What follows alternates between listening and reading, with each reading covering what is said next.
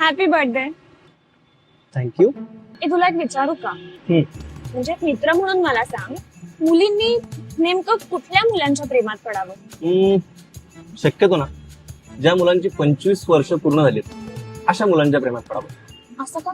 कारण 25च्या आधीची मुलं ही गर्लफ्रेंड शोधत असतात आणि 25च्या नंतरची बायको. अच्छा. मुलांनी कुठल्या मुलींच्या प्रेमात पडावं बरं?